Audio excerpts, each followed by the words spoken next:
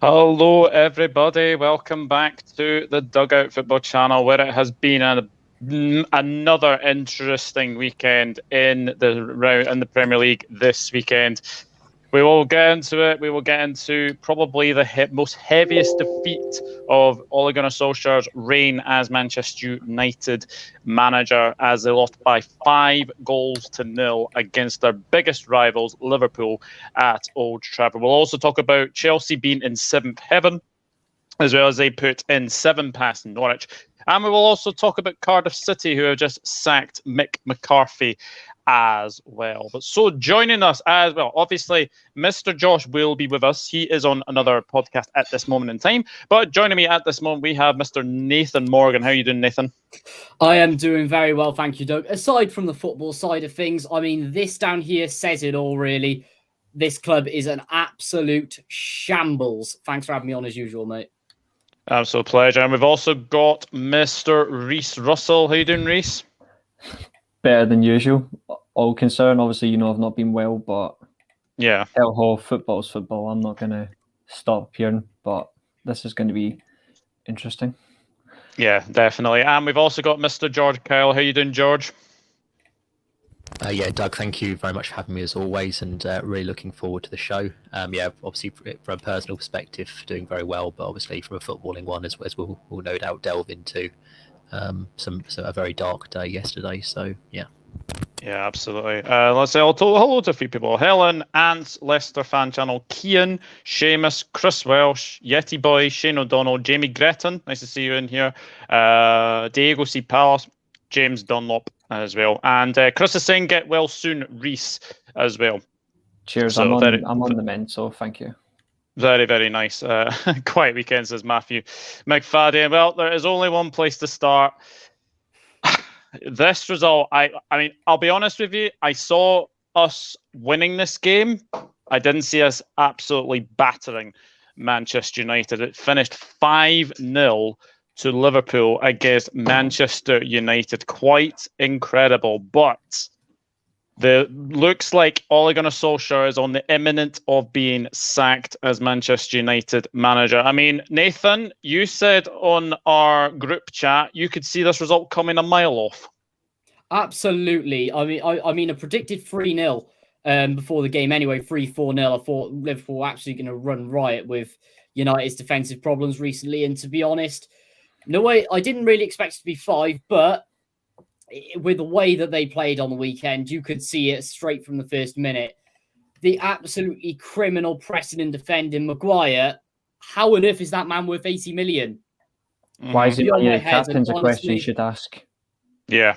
Yeah, that's true with some of his comments over the weekend as well. But honestly, and seeing from a lot of people on Twitter this weekend, we have been warning Man United fans. A lot of them have listened, but a lot of them haven't at the same time.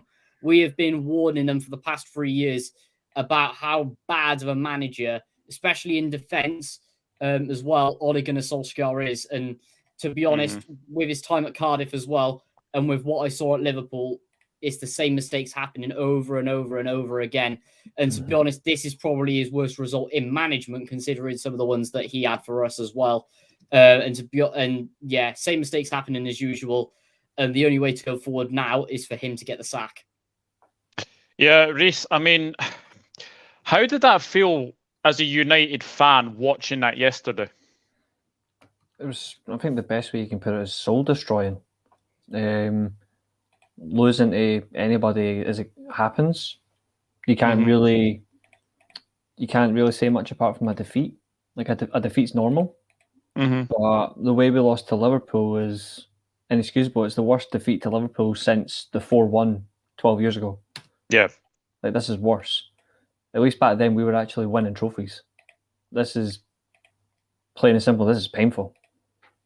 I've already been out all weekend, and that could have made it a lot worse. Yeah, I mean, George, Sky Bet actually said that they actually thought it'd be 5-1.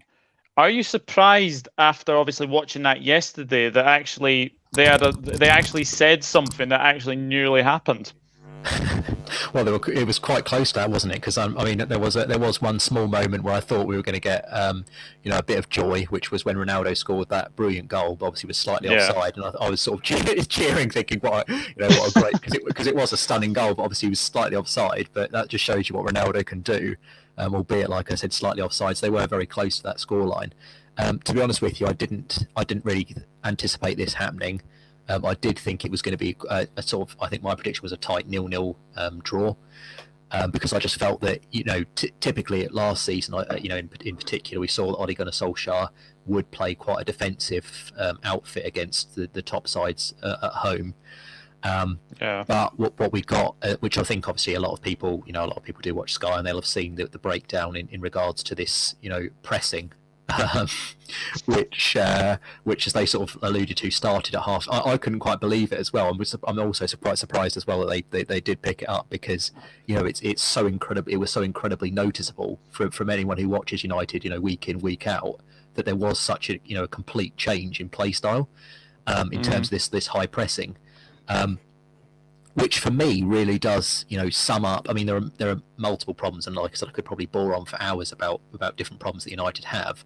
But that, I think, for me, that does sum up the lack of planning, professionalism that has happened. I think with this coaching setup since, for me for many years, but I mean particularly since the summer, because clearly they, during the summer although there was, empty words about potentially with Varane looking to play a new play style. That never really materialised, even when Varane was fit.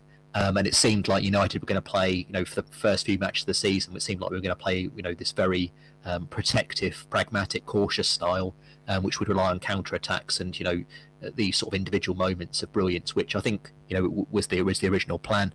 But it seemed like there had been some sort of discussion within the dressing room, and it seemed that there was a conscious decision to now play a high press, which unfortunately, like I said, the lack of planning, having to do that it's not even halfway through, is it? We're only about a quarter of the way through the season.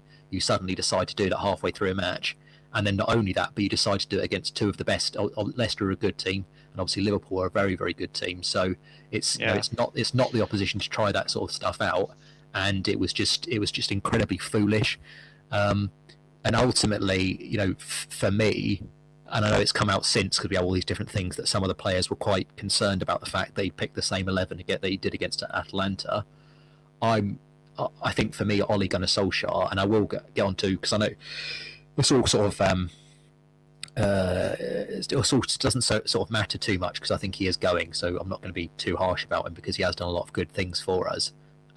But I think there's been multiple times where he's made the same mistakes over and over, and there have been times where I've just been almost flabbergasted by how poor his decision is, because it just makes no sense. So the decision to play the same 11 again that were 2-0 down against Atalanta was criminal for me. And not only that, but obviously Paul Scholes, who I'm sure they're all on like WhatsApp groups and stuff like that.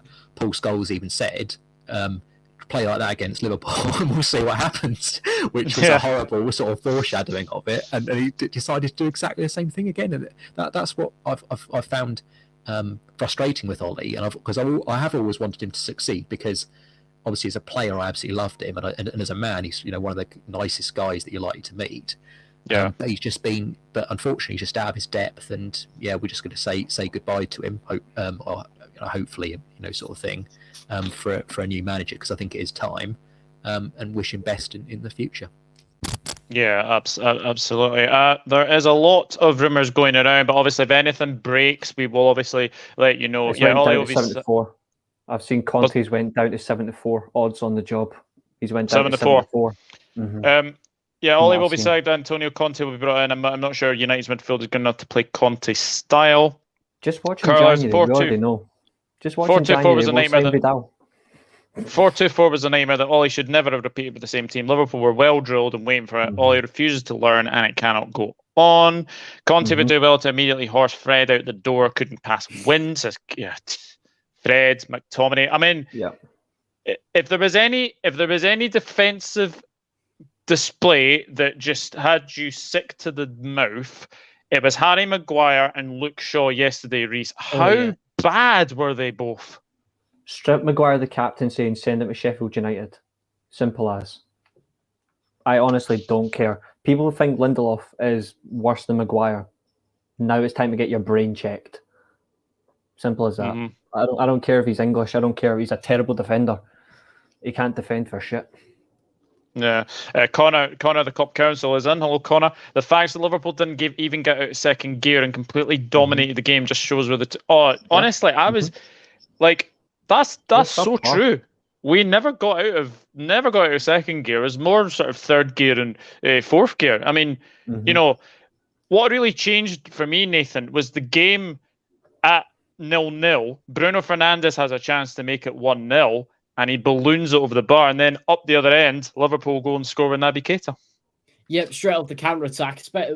For me, it seemed at the start of the game when United did get that first chance, they seemed to be like, especially from what we've seen from Solskjaer as well, that, it's going to be fine.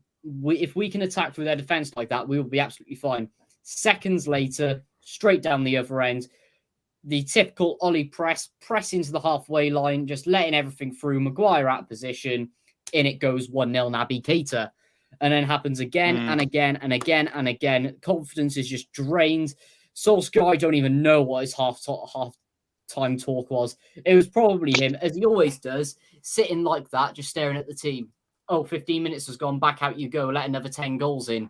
While you have you just doing that, nearly crying in the home end. Literally, what you should have done, the Glazers, is sacking Ole Gunnar Solskjaer at half-time, get Fergie down from the crowd for one last time, give the whole team hair dryer treatments like they deserve, send them back out, and then at least they'd have some sort of impact and show some effort. I mean, if that happened, then Fred would have probably been thrown out the window, and Maguire and Luke Shaw burnt at the stake. So, but I mean, yeah, where do you come back from that? There's one option to come really from it. And that's the contrast. The contrast in seeing Sir Alex Ferguson look miserable and Ken Douglas laughing really pissed me off. That contrast pissed me off to the max. Not so long after that, he left the ground, didn't he? 77th minute, he walked.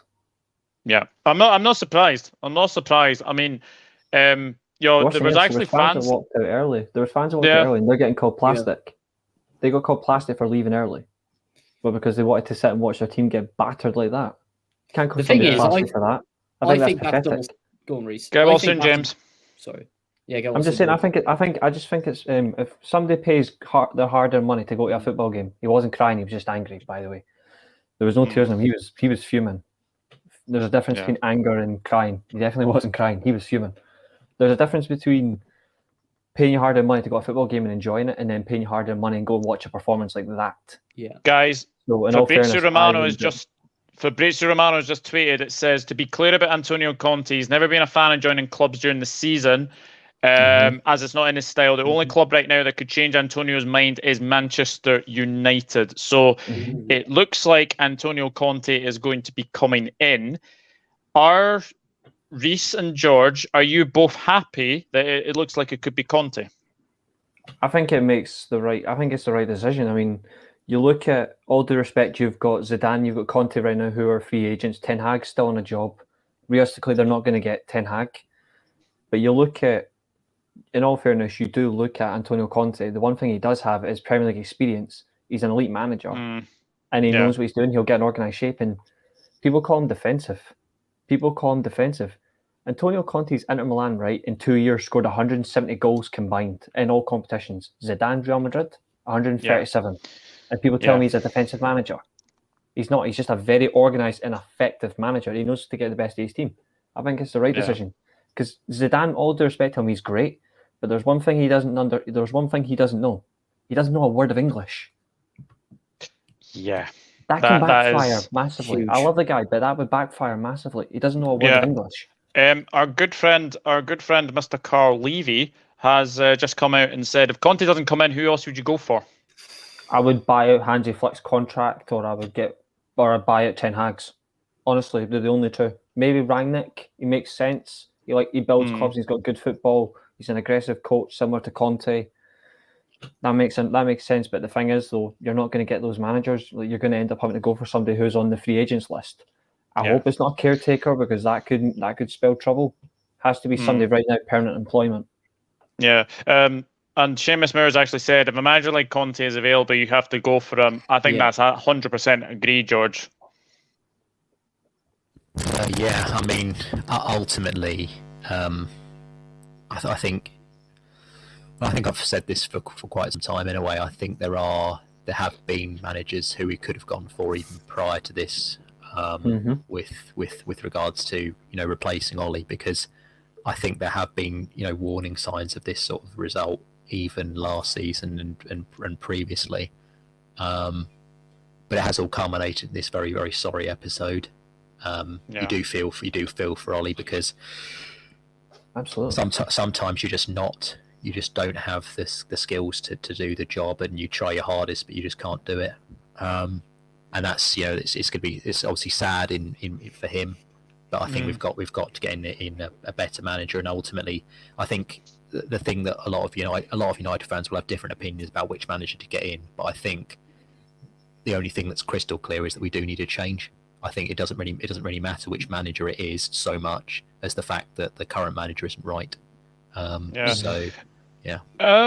This is an interesting question, because when I was watching this live, I think Ronaldo's lucky that the ball's actually with Curtis Jones. He actually kicks the ball, but then he goes for another kick. So arguably, you'd probably say yellow. I've seen Bruno's tackle a couple of times, and I think it's probably more on the orange side of things, because he does catch him, but I don't think it's as serious as it's not as malicious as many is pointing out. The only one that you actually can categorically say was a red was Pogba's. That was an absolute red.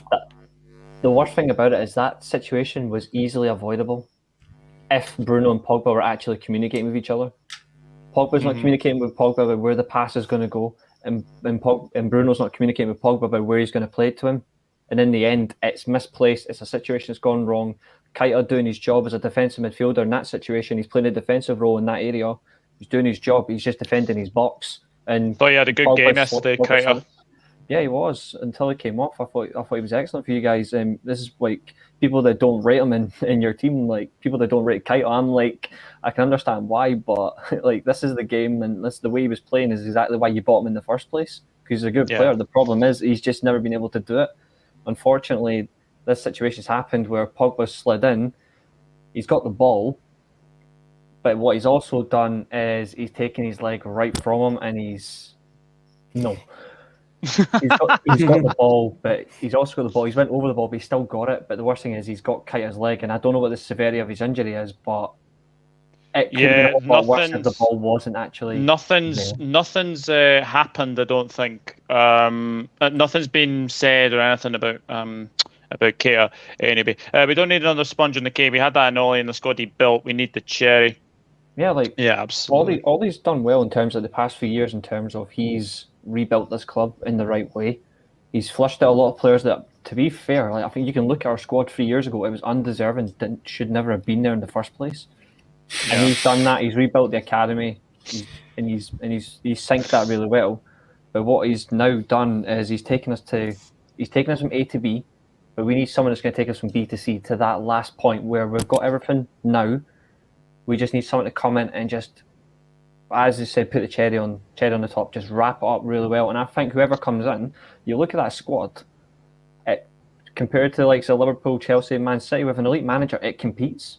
Under Ole, it's not going to compete, but it's going to, at least in games, it's going to give them a game. It's just yesterday we got battered. I mean, obviously appearing on loads of podcasts, and obviously you've been very, very on the fence. But yesterday was the first time I think you and Rich Sports were actually Ole out. Is that true? I think if you got to look at it, it's like, I am not going to label myself, because you see what our fan base is like. Honest to God, it's more toxic than any that I've seen when it comes to a manager. But the one thing I will say is, I will give credit where credit's due for the job that he's done. But I do think he is way out of his depth, and we need a change. I even suggested before the summer on Rich's podcast, I suggested if Ole's going to stay in the job, which I have no problem with, if he's going to stay in the job, then I want that backroom staff binned. I want elite coaches. If he doesn't run the show, if he doesn't run the training sessions, which is fine, have elite coaches do it.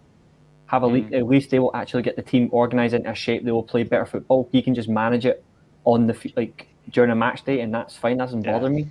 But it's the fact is it's not elite coaches. It's a manager who's came from a youth academy section in terms of Kieran McKenna. Ramsey's the same. He's a decent coach, but Mike Phelan isn't up to it anymore. We don't have that elite status. Michael Carrick, he's a club legend, just like Ole is, but they're not up to scratch. I think we need to move on in all respect. Like, I will credit what they've done, but we need to get to that next level now, and I think they deserve that little bit of respect and that little bit of appraisal, but they're not going to get us to the next level. Beyond the 90, Neil. Oh, dearie. More like give it to Giggsy till he goes to prison. That's about right. Exactly. Right, one question and one question only. Nathan, does Ole survive before Spurs? No. Reese? I don't think so. I think he might get the job. I think he might get the Spurs game, but I don't think he'll last much longer. From what I've seen, rumours and stuff, no, I don't think he'll make it that far. Yeah. So, away from obviously all the problems of like Manchester United, we have to obviously commend Liverpool for I mean, I'm still in total disbelief. Nathan, Mohamed Salah has become the first opposition player to score a hat-trick at Old Trafford in the Premier League history, and he's the first opposition player to score a hat-trick at Old Trafford since Ronaldo in 2003. Is Mohamed Salah the best player in the world on current form right now? Hard to say, but on current form, I'd say so, yes. Best player in the world, no. But he has been unbelievable in the last few games. Just look at the way he's keeping up the consistency now. He's building it from when he first came into that Liverpool team a few years ago. Just absolutely superb. He was superb again on the weekend. And if he continues to build it up, and if he stays consistent for the rest of this season, then I think there's a chance he could win the Ballon d'Or. Wow. Not this season. I don't think it'll be this season. I think probably maybe next. Yeah. Reese, I know you've had a lot to say about Mohamed Salah, but how good was he yesterday? You mean very little because I refuse to talk about him. I'll give credit where credit is due. He had a fantastic game yesterday. Like, every time he had the ball, it was just inevitable that he was going to be a danger. He was either going to score, he was going to get an assist. He was all over the place. I think Jamie Redknapp, I think it was Redknapp, I think he summed it up probably the best. I think he said the way it was before the game even kicked off, funnily enough, he said the way he dribbles with the ball is Messi-esque. Like, the control of his ball was glued to his feet. Those were Redknapp's exact words. And when you watch him, he'll never be as good as Lionel Messi. Never in his dreams.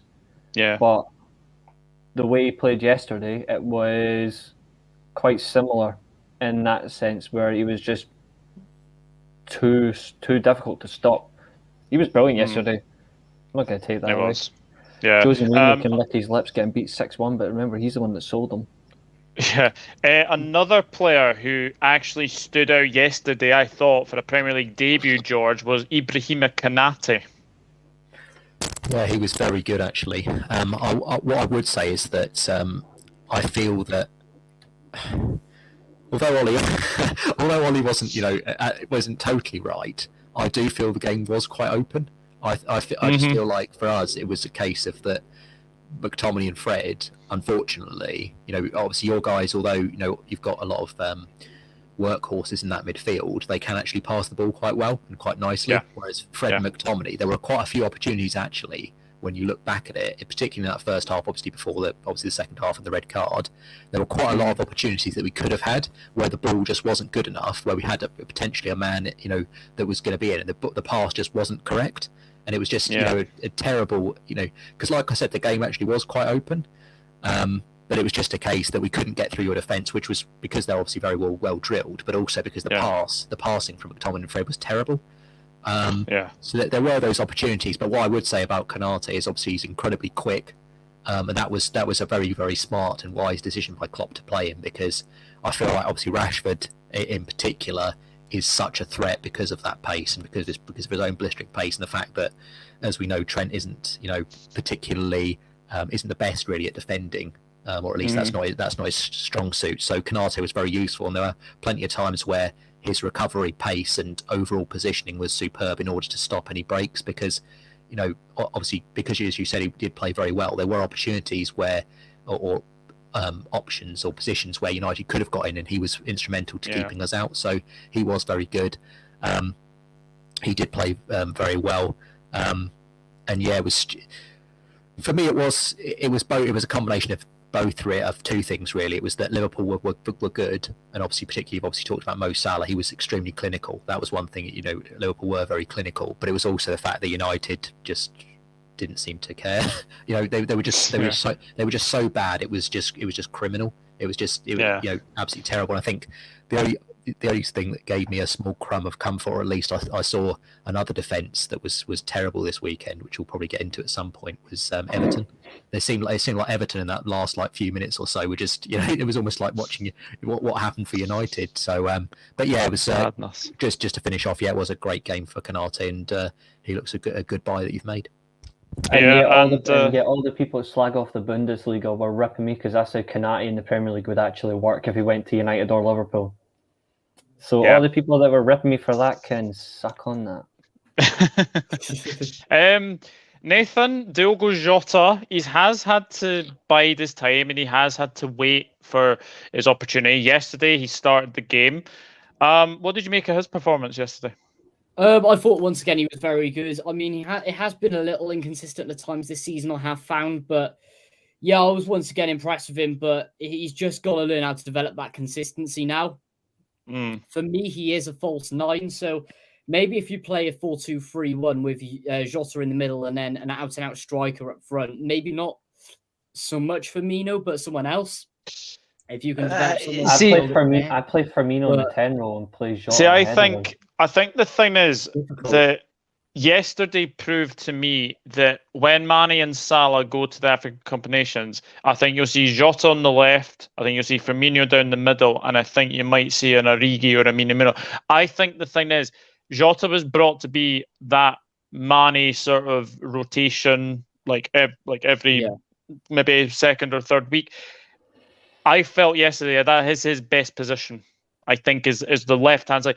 I think he was getting into more dangerous positions as the game went on, and I thought he was really, really good, and he deserved his goal. He deserved his goal as well. You just need somebody better on that right hand side, in all honesty, because in all fairness, Origi sucks, and although you should keep Origi for the striker position. Yeah, he's good cover. But in all fairness, Minamino, he's a hit and a miss, really. Like, he isn't particularly great. You do need a more solid option for when Salah's not around, because it's not just gonna be AFCON. Like, even though Liverpool fans think Salah's indestructible, he will get injured. I'm not declaring he's gonna get injured, but or wish it, but he will at some point get an injury. You're going to need proper cover there. And in all fairness, Minamino and Origi are not suitable enough. That's like going from a Ferrari to a Fiat. You're absolutely right. You're absolutely right as well. He recognised way better than that 9 million fridge that United pay. Yeah, I mean, I don't know how you felt, Reese, and I don't know how you felt, George, but I thought Harry Maguire's interview with Sky was absolutely ridiculous. Put it this way, that's the sort of shit that got Pogba and David De Gea stripped of the captaincy when they were given a part-time role. I hope to God Maguire gets stripped of that armband. He deserves it. I honestly hope to fuck he gets that armband taken off him, because it's disgusting. That's not comments like that. I mean, he literally if he's honestly trying to say it in a tongue-in-cheek manner, no chance. I think you try to say, "Oh, I'm here because I'm meant to be here." Behave yourself. Third best, Fofana's second, Varane's top. The thing I found absolutely shocking was normally on a normal week that would be the worst interview for a while, but there was one that was much worse over the weekend, and I'll get onto that later in the other section. But yeah, just Maguire absolutely has to be stripped of it. I mean, you're the Man United captain. If he doesn't, then that is clear favoritism. You're at one of the biggest clubs in the world, and you act like that. Shocking. Yeah, If it it was under Ferguson, he would have been dropped from the team completely and sold in January. Not that I'm We've had complaining. no mercy at all. Not that I'm complaining. If Solskjaer's still on the job right for this weekend, if Spurs' last game at the weekend, I would happily watch like Lindelof and Bailly at centre back. Yeah, here's a good question. Who gets the armband? It should be David De Gea, in my opinion. He's our longest serving player because Phil Jones didn't get him back in the team, so count him out. In all honesty, it should be De Gea, but he got stripped of it because he spoke about performance. But to be fair, he's going to get dropped anyway. I honestly don't think De Gea's going to play this weekend because of what he said as well yesterday. He said our performance was like we played like kids. When he's another option would be Cristiano Ronaldo as well. I wouldn't, you see. We will go into other games very, very shortly. Just very, very quickly, Pogba red card. Nathan, red for you? 1,000,000%. Saw red, missed, went straight for it, straight on the red. Reece, Paul Pogba, he has these moments where he can delight a crowd and then he can be so frustrated and he can just do that. What did you make of that red card yesterday? I don't know what George is going to say because obviously George is a massive fan of Pogba. I love Pogba, but I'm not a Pogba FC. I just support the club. But I will say this: before he even came on yesterday, his facial expressions, he wasn't interested. He wasn't in it. Like I don't think he genuinely cared if he came on. And then when he went off, he walked off with the straightest face and a smug at the same time. He had all of it in one. Like he did not care.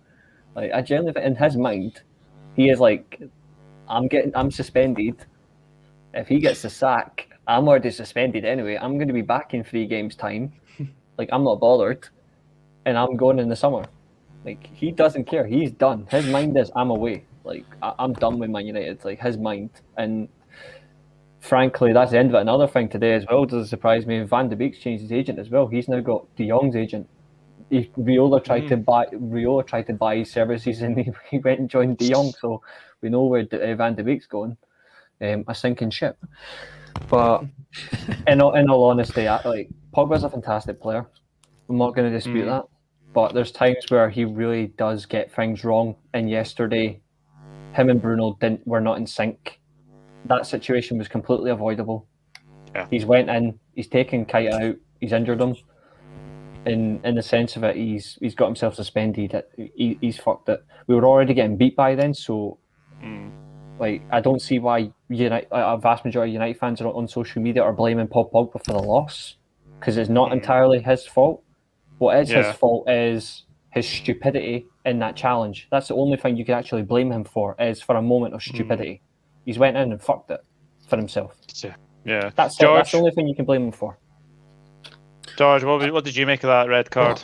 What I thought Reece was going to say was when he was talking about these facial expressions was the fact that I don't know if you guys obviously how often you look at sort of like TikTok in particular, but there was a TikTok that was going around that was with Paul Pogba on the subs bench looking and almost with like demonic eyes at Naby Keita as he was as he was sort of warming up. So and there was for you. Yes, there was like there was a TikTok that was going around that it was almost like premeditated, and it was looking at Naby Keita when Naby Keita was there. It was going to go and get him, but I think for me one of the things that was it's difficult because I feel like some members of our squad are real winners, and they are the ones that get really frustrated with those sort of with the circumstances that we're in. So obviously we talked about Cristiano Ronaldo and what he did. One thing I would say is that just shows what a incredible footballer Ronaldo is. That even in the midst of a massive blind rage, he still knows to kick only the ball. Which I don't think any other player would have had that sort of know-how or to do that. Had that been Nemanja Matic, for example, if he was playing Curtis Jones on the ground, he wouldn't kick the ball. He would either kick him in the face or he'd kick him in the balls. But I think for me that it was all sort of like, again with Pogba's one as well, I feel like that was a culmination of the result of what the score was at that juncture, and the hopelessness and the frustration, the futility of everything. And he's trying to force the issue. That's what he's trying to do. He's trying to sort of like really force things. And unfortunately, when you force things, you make errors because you're not thinking clearly. And that's the unfortunate thing, is there were so many players who were sort of playing on emotions. There was a lack of leadership throughout the entire team, and obviously through the coaching staff. And there was a real, obviously Nathan alluded to it, already in this show as well, in terms of what Ole Gunnar Solskjaer's halftime team talk was. Apparently, it was just to keep a clean sheet in the second half. That's what I've heard anyway from potential leaks from what the dressing room was. But like I said, it's clear to me that was a decision that was. I don't feel like it's premeditated with Pogba. I feel like, as I said, it's a case of where he wanted to force the issue, missed time. Yeah. And we know as well that Pogba, a bit like Scholes. Scholes was terrible at it as well. Was terrible at tackling. They just have this. Someone should really, again, if that's Conte, coach them how to actually, maybe even like jockey for position, or just not go flying in, because it was an incredibly, although as obviously Reece has said, he got the ball, he also got the man as well, and it's just unacceptable to go 2-footed in like that. There's absolutely no need for that whatsoever. Yeah, I think Conte will, because we all know what Conte was in his playing career. Conte was a defensive midfielder and a captain for Juventus. I think, if anything, I think it's the right appointment. Like, I wouldn't be surprised in January if we get a midfielder in. I think this is where I said it a couple of months ago. We're going to sign Franck Kessie. Antonio Conte is probably going to be the one that brings him in, but I wouldn't be surprised if we bring in a hard man. Like, I know he's an older guy, but I wouldn't be surprised if we have a Vidal in there as well. I'm genuinely not surprised. A lot of people laugh at that choice of bringing in a player like Vidal. I wouldn't, because you actually think about the type of players that Conte brings in. He brings in hard workers and he brings in good footballers, but he brings in a warrior. Yeah. The other name I've heard mentioned is Nico Barella as well. That was. I think that'd be a great. Barella's a cracking player. He's the best midfielder in Serie A. Like, for that box-to-box position, he's the best in the league by a mile. Cracking player. Guys, we are 37 minutes in. If you are enjoying the stream, then please hit that like button and also share the stream as well. Get more people to watch these as well. So we will move on from. I do agree with you, though. So we'll move on to, what was my goodness me. Can I laugh at this one for like 5 minutes solid?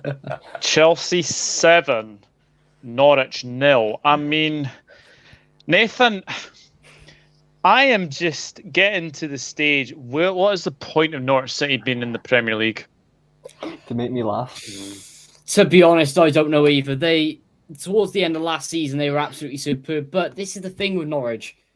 They're only able to seem to pick up points against teams that are worse than them. And even then, when you have, Brentford did the double over them in the Championship. Watford did the double over them.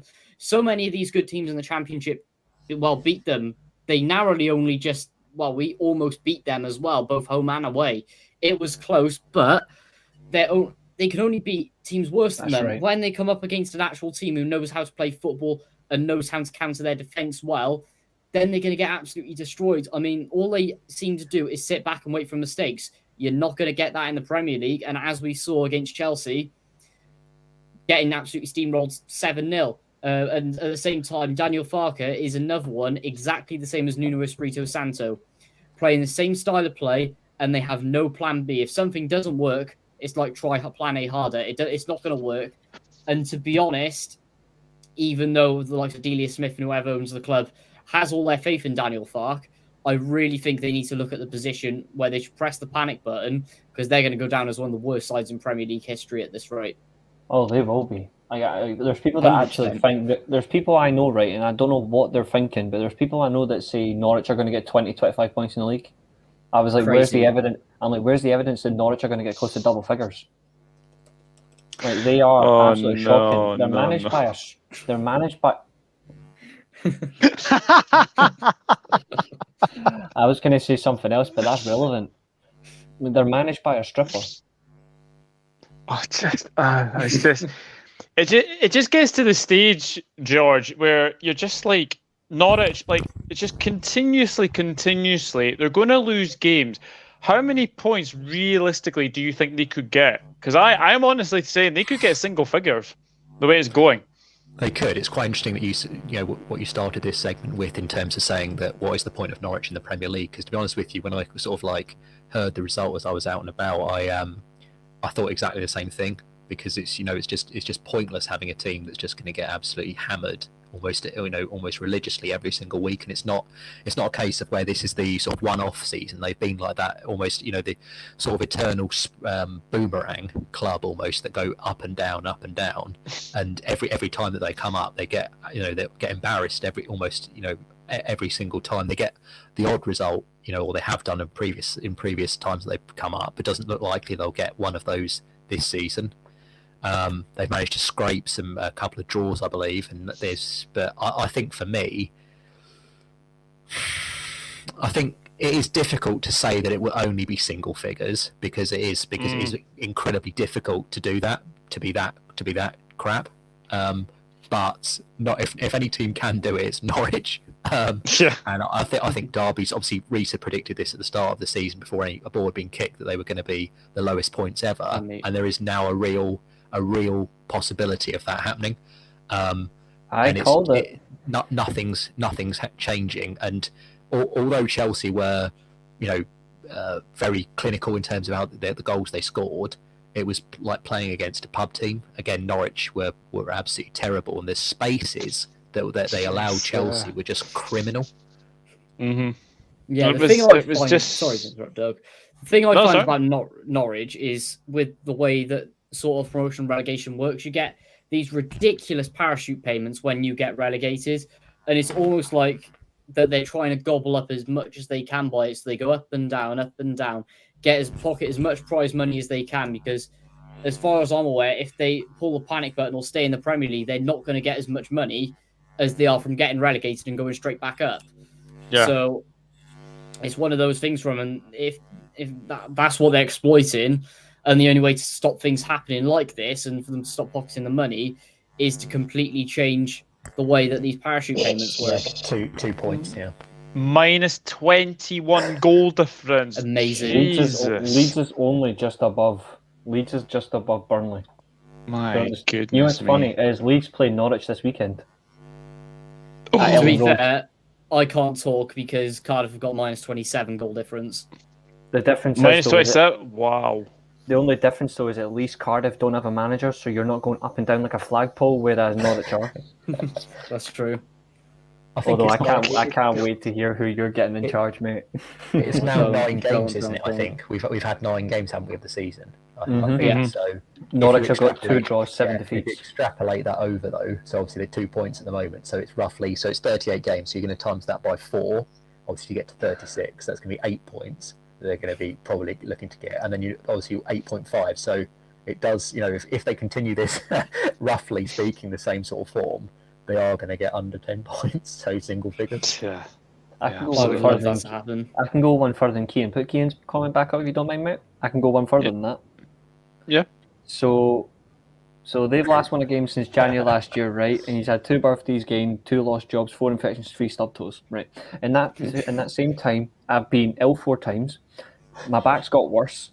I look old, even though I'm not. I feel a bit grey coming on. Damn, I look good.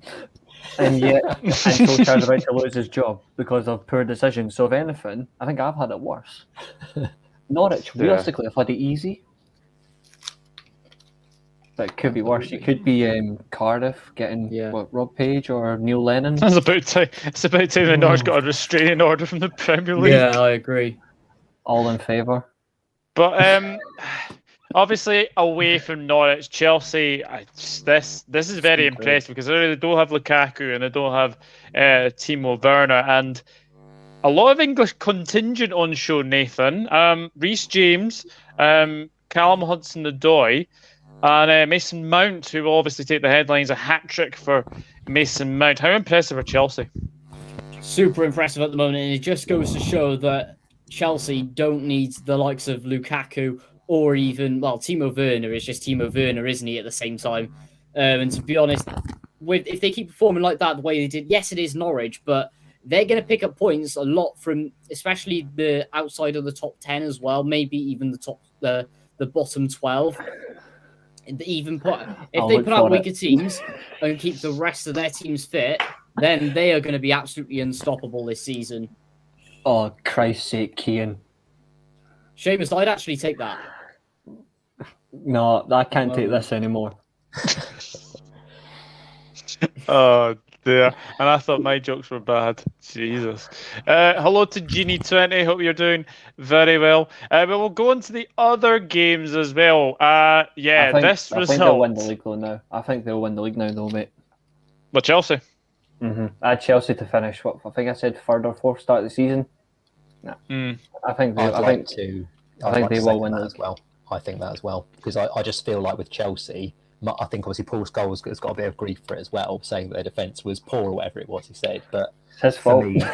For me, defences win titles, and I feel like Chelsea have the best defence. They, in terms of like overall, in terms of keeping clean sheets, and that's how Man City.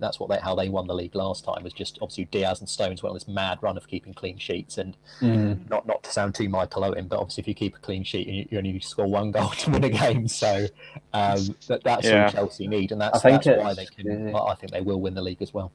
I think it's crazy how a year ago, right, we were all thinking, even though he's a great manager, we were all figuring, like, obviously we all rate German managers, we all rate German football, but we all questioned how long he would actually last at Chelsea. Yeah, I'm going to go on a limb, and I'm going to go all chest blazing. You can take me to the grave on this. I think Thomas Tuchel will outlast Jose Mourinho's first reign as Chelsea manager. I think he'll last about 4 years in the job. Yeah. Wow. I think he will last longer than Mourinho's first stint. So I think he's going to last about 5 years, personally. One week Watford are conceding 5 against Liverpool. The next they're scoring 5 at Everton. Nathan, just tell me how this result happens. I'm just in complete shock at this result. To be honest, I'm not really surprised from it because I do back the way that Watford press forward. Yes, their defence is an absolute shambles, and I don't know what Claudio Ranieri fed them for breakfast that morning, but they are absolutely superb going forward. Defending, like, you can still see the holes there, and you can still see how they're going to get destroyed this year. But Everton, what on earth is going on at that club, honestly? I thought Rafa was revolutionising them, but to be honest, they need to go back to the drawing board because they got their tactics and way they set up in defence completely wrong. No, that's the worst I've seen Everton defend under Rafa 100%. By a country mile. That's the worst Rafa defence I've ever seen, I think. Yeah. I mean, they went 1-0 up, and obviously Josh King doesn't score a goal for Everton and goes back to his former club and scores a hat-trick. It's just crazy. Absolutely crazy. But I tell you something, I thought Josh King had a very, very good game, Reese. I'm shocked.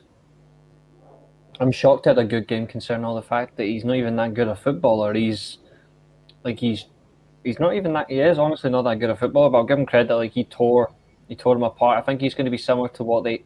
He's not going to be Troy Deeney similar. Maybe Igalo, like from when they had Igalo a couple of years ago, like that type of effective striker in the manner of what he does for the club. But to be fair, I don't know if you can necessarily say Watford were actually good.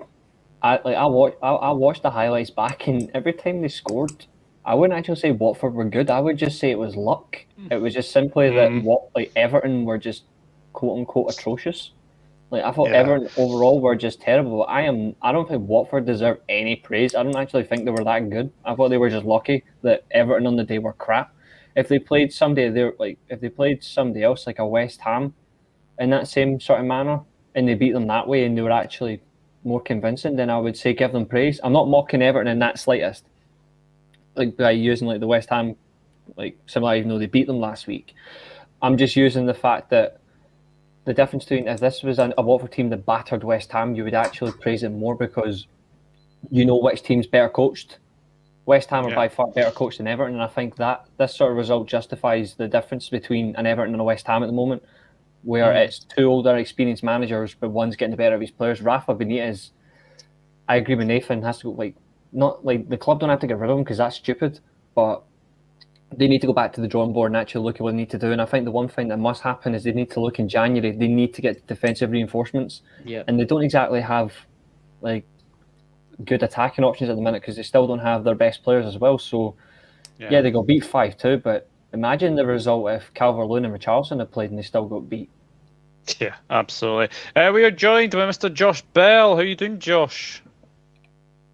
That wasn't too bad. Sorry, I was going to try and do double stream. I had 2 podcasts, one on my right ear, one on my left. Oh my God. My head. After 5 minutes, my head was absolutely done. So, and to be honest, as much as I don't mean disrespectful, the other thing was a complete mess. So many people were talking over each other, and I couldn't be bothered. So I'm back with you guys. No. That's why it's not my cup of tea, mate. That's why. No problem. Yeah, we're just very, very quickly. Tell us your thoughts on obviously Manchester United, Liverpool, and then tell us your thoughts on Chelsea being in 7th heaven. I'll start with Chelsea. Chelsea did well. Chelsea did well, but my God, that Norwich team are absolutely atrocious. Like, I've never seen a worse team ever in the Premier League other than that. It's like you pick people off the street. You say, right, you play there. You get a big fat man off the street. And you're the manager. It's like, I don't understand. What do Norwich do on the training ground? What is their ambition in the Premier League? Are they happy to be a yo-yo club, or are they happy just to be a failure in every aspect of breaking records and breaking terrible point tallies? Obviously, I know Chelsea won 7, but come on! Like even Stafford City could have scored 7 that day, and George is a very big fan of Stafford City. He's very much up to date with our You know how confident I am that Daniel Farke will not get sacked by Norwich. You know how confident I am. I am that confident, right?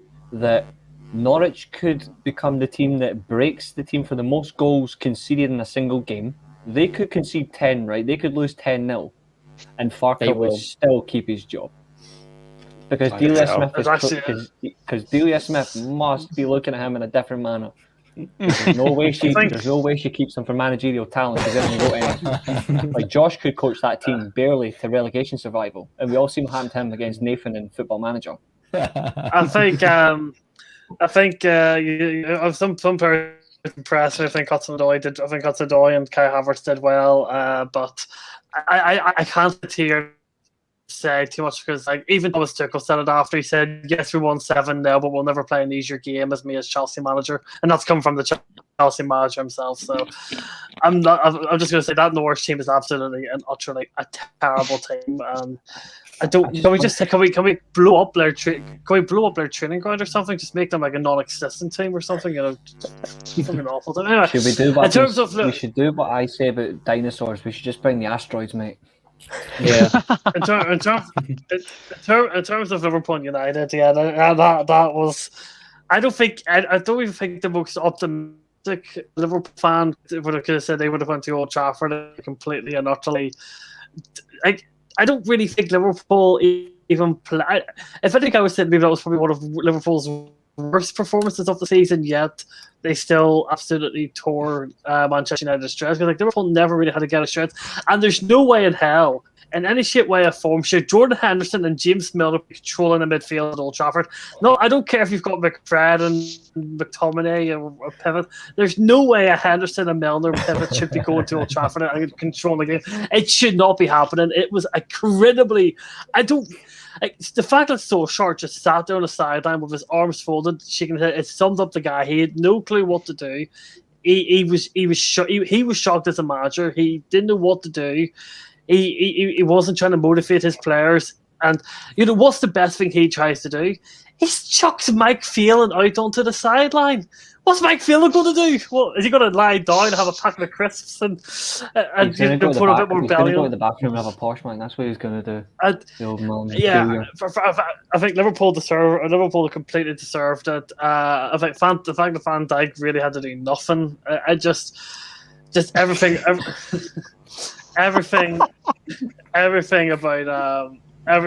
that game was absolutely wrong for Man United. And as much as I want Solskjaer to stay, and I think he's a fantastic manager, and he's a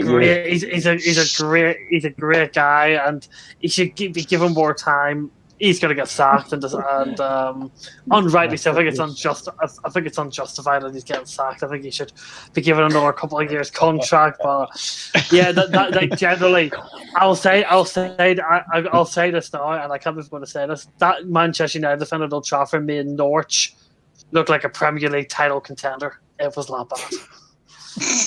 Don't worry, Bloody mate. hell. I mean, we play you in a couple of weeks. Maybe we should get Conte, and then Conte will just shithouse your team. How about that? No, because great. Is it Conte's going to have Rashford at left wing back, Bruno Fernandes at CDM, Diego Dallo's going to come out of nowhere, Happen. and Wan-Bissaka is going to be a He'll centre play, back. He'll play Ronaldo. He'll play Ronaldo. This is what he'll do, right? He'll play Telles as his left wing back. He'll play Luke Shaw left centre back. He'll play midfield. He'll play Matic in either Van de Beek or Pogba. He'll play Bruno in a row around Ronaldo and Cavani, and then we'll beat you like 3 or 4-0. Yeah, but then what happens to Sancho, Greenwood, Rashford? All your fantastic wingers, where are they going to play? Off the bench and rip you to pieces. Yeah, but that's just going to piss him off, and then he'll be sacked within a year. You guys can take Conte, but I know for a fact George will call for him out in the season and a half because he will ruin. He will absolutely ruin that. He'll come in, he'll get success, but as he just did with Inter Milan there this past summer, he'll not get the players he wants. The players will be unhappy with where they've been playing. Everything will fall apart. He'll get sacked. George will be on another run for 2 years, and then you'll probably get Zidane, and that's the way it'll go. Conte will be a short-term success, but it'll be another Jose Mourinho, probably worse. The thing is he isn't a manager that realistically gets sacked from a top club, though. He walks.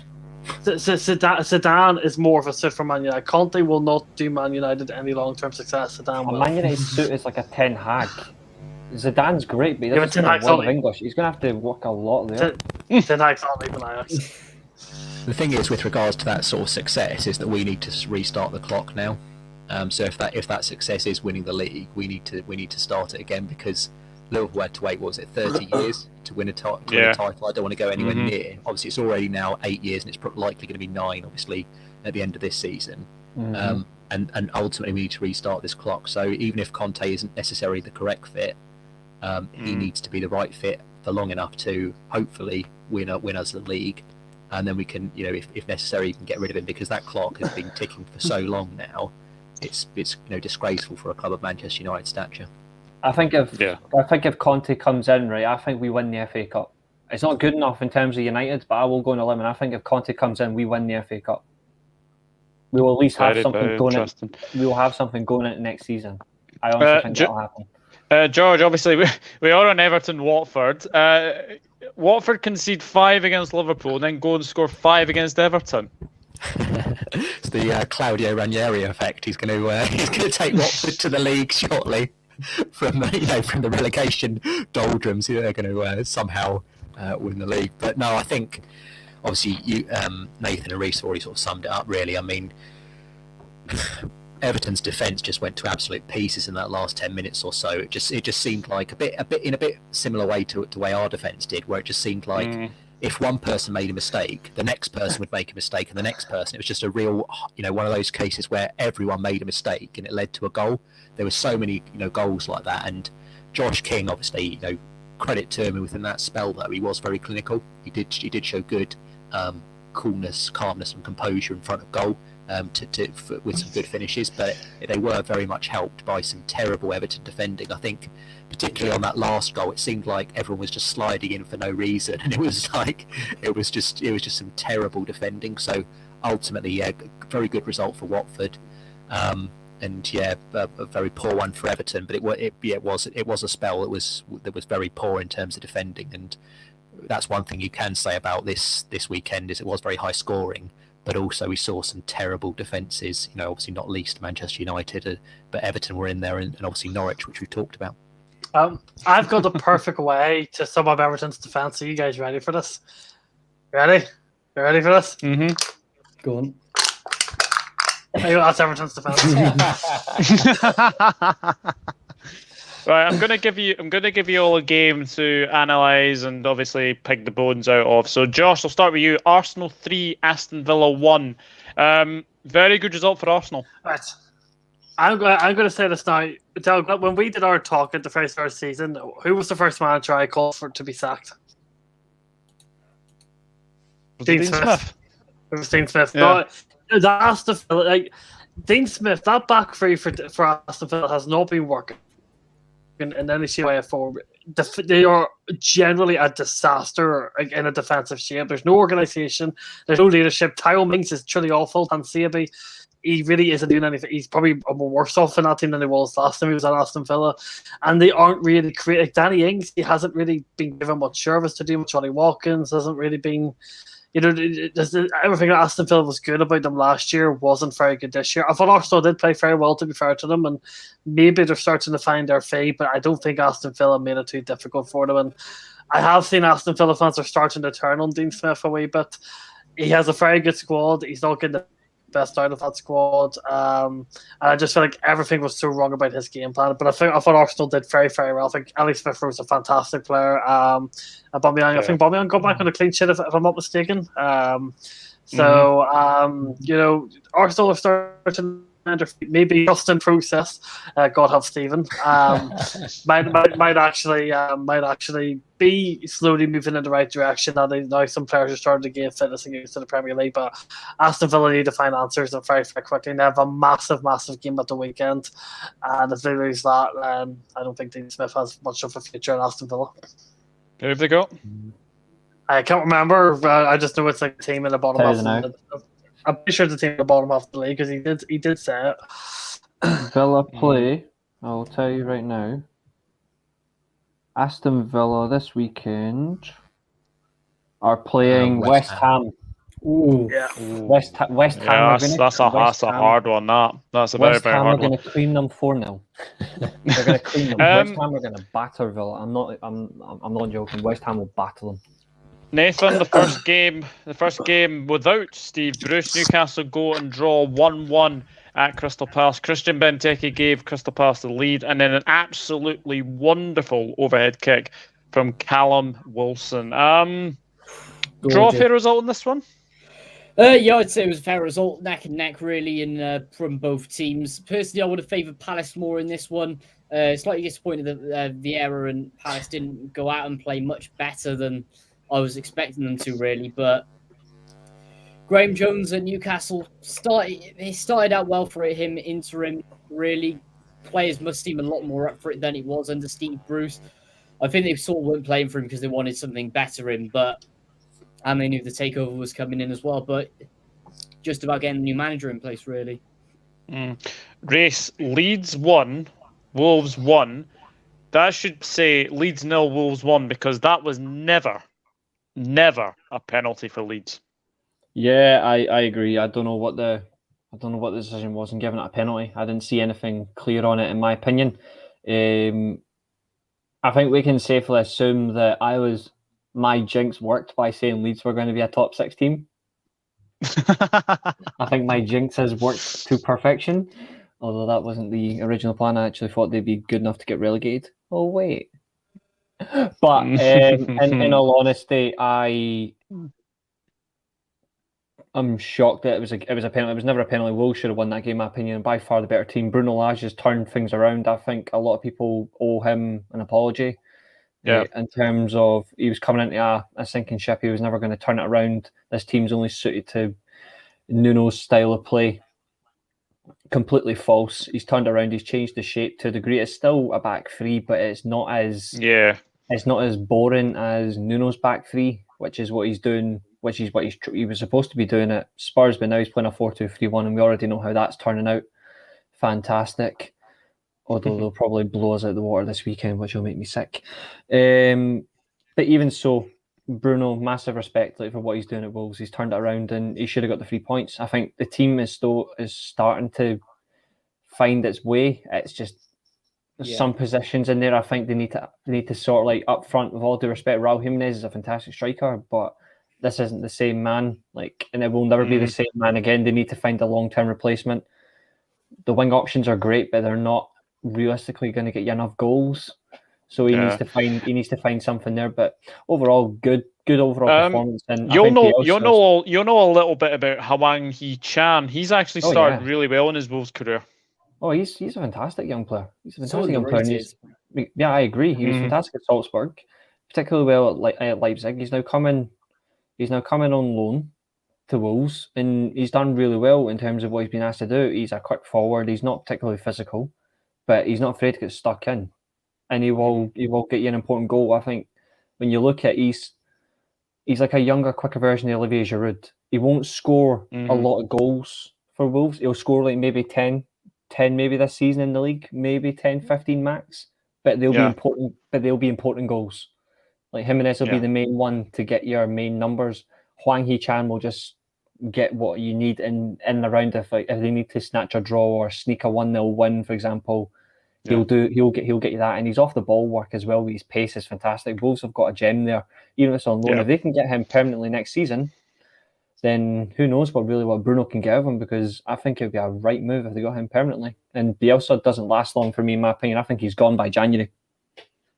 I absolutely agree. I think he is going to walk before he is he's pushed. George, probably one of the games you wouldn't expect a goal fest in. Southampton 2, Burnley 2. Now, Southampton side of things, we have seen a very impressive rise of Livramento. And for Burnley, Maxwell Cornet, that's now his 4th league goal of the season.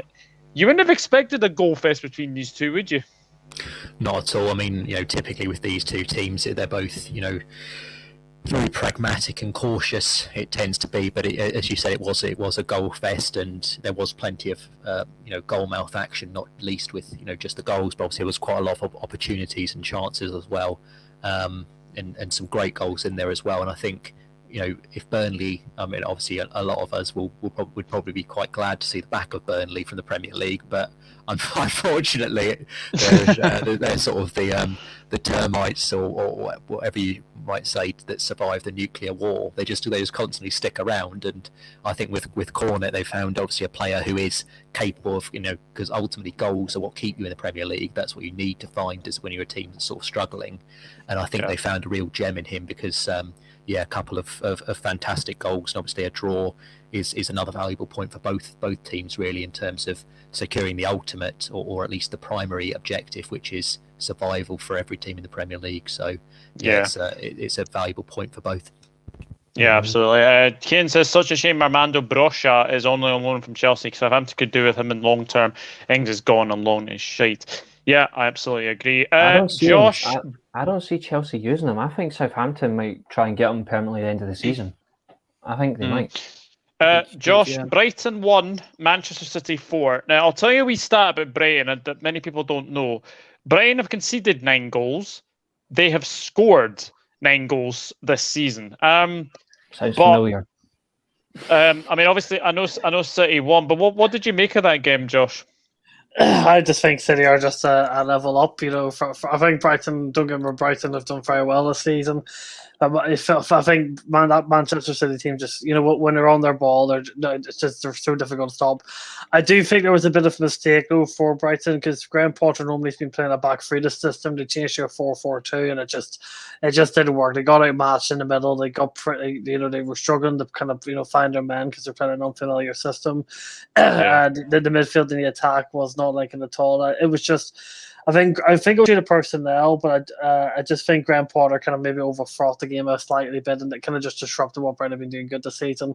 Phil Foden is some player, like the guy's only getting better and better and better, and he's a crucial part to that City team now, compared to a couple of seasons ago when he wasn't playing enough. So I just think City were just simply too good. It was yes, Graham Potter should have stuck to his original system, should have stuck to what's been working well. So on that part, he was wrong. I do, as Nathan says, maybe he was trying to please the football history. So we were too much by saying we're going to try and match in City, but it was the wrong decision trying to match City, and also it was also really, really dumb. Putting 2 midfielders against City's free. So yeah, it was City. Can I just say how disgusting is that Manchester City third kit? I think I've not seen a worser kit this season than that. Put it this way, my dad's a City fan, and you shouldn't ask him his opinion on it. That's horrible. That's all I'm gonna say. He fucking hates it. Who in the blooming idea had an idea of basically putting 19 to 20 City badges behind basically the name, and it's not even Manchester City, it's Man City. What the actual hell? A brain dead. It's an American thing. It is. Does other teams not have the same kit? No, I think Valencia is it not? Valencia have the same. Valencia have it. City have it. There's a German team do as well. Dortmund. Mönchengladbach. Dortmund went to Puma and told them we're not having this design. Like we'll have the template, but we're changing it. Dortmund went and changed it in front of Puma. So I'm like, this says it all really. I hate the design. I think it's weak. I think it's just as bad as like how things are going. It's a training top. Yes. Why would we want a retired former Liverpool manager that's done? No thanks. I want a manager. Well. I want a manager, not a grandpa. I've seen better kits designed by children in little competitions. And Never Fair City will drop 2 points on Saturday against the Eagles. Interesting where that game is as well.